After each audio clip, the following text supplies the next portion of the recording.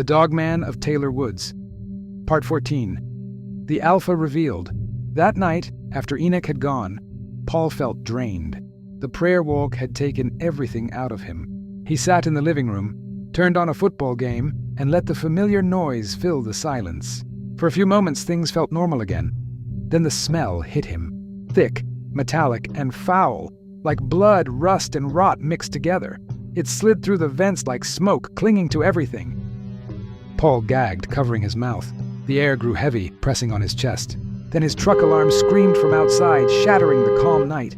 Paul rushed to the window and froze. There, beside his truck, stood a creature darker than the shadows. 9 feet tall, its frame thick with muscle and old scars. The moonlight glinted across its matted fur and jagged teeth. Its eyes burned a deep, unnatural red. A grin spread across its face, cruel and deliberate. Paul's body locked in terror. He had seen Dogman before, but not this one. This one carried authority, the kind that made the air itself tremble. Instinct took over. He snatched his .45-70 lever-action rifle and aimed, but the creature was gone. The woods fell silent, and only the chirp of crickets returned. Paul slammed the door, locked every bolt, then dropped to his knees. "Lord, protect me in this home. Let no weapon formed against me prosper." He prayed until his voice faded and exhaustion overtook him. When dawn came, Paul awoke on the floor, rifle still in hand. For a moment, he wondered if it had all been a dream, until he saw the 5 deep claw marks slashed across his truck. It was real, he whispered, and that had to be the Alpha. He called Enoch immediately.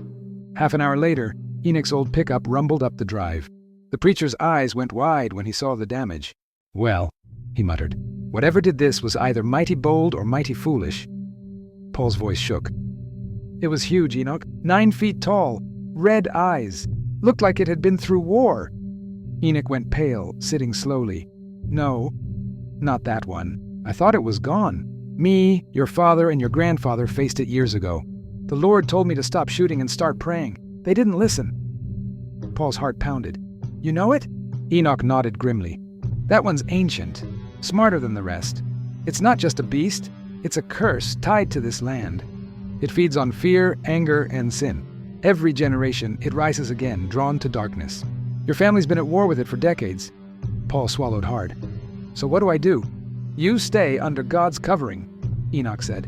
"Keep your faith strong. Don't give it fear. That's its doorway. Pray, worship, and believe that the angels around you are greater than the darkness before you." He gripped Paul's shoulder. "You were chosen to break what your father couldn't. The Lord didn't call you here by accident. There's purpose in this battle." Awaina easy. After Enoch left, Paul stood staring into the woods. The claw marks gleamed in the sunlight like a warning. Deep down, he knew the fight was far from over. That evening, Paul drove into town, seeking answers about his father's death. The courthouse smelled of dust and paper. When he asked for the case file, the clerk frowned. "Those records are sealed," she said. "Federal order." Paul blinked. "Sealed? Why?" She hesitated. "That's all I can tell you." Outside, Paul leaned against his truck, staring at the woods in the distance. The sun dipped low, casting the world in gold and crimson. "What were you hiding, Dad?" he whispered. A faint growl drifted from the forest, deep, rumbling, distant. Paul gripped his keys tighter. He knew what it meant. The Alpha was watching. He looked toward the trees and whispered, "You won't win, not this time." The wind stilled. Even the crickets fell silent. Paul climbed into his truck, heart racing but spirit steady. Whatever darkness ruled those woods, he was no longer afraid. He knew who went before him and who stood beside him. The battle for Taylor Woods had only just begun. Like and subscribe for Part 15 of The Dogman of Taylor Woods.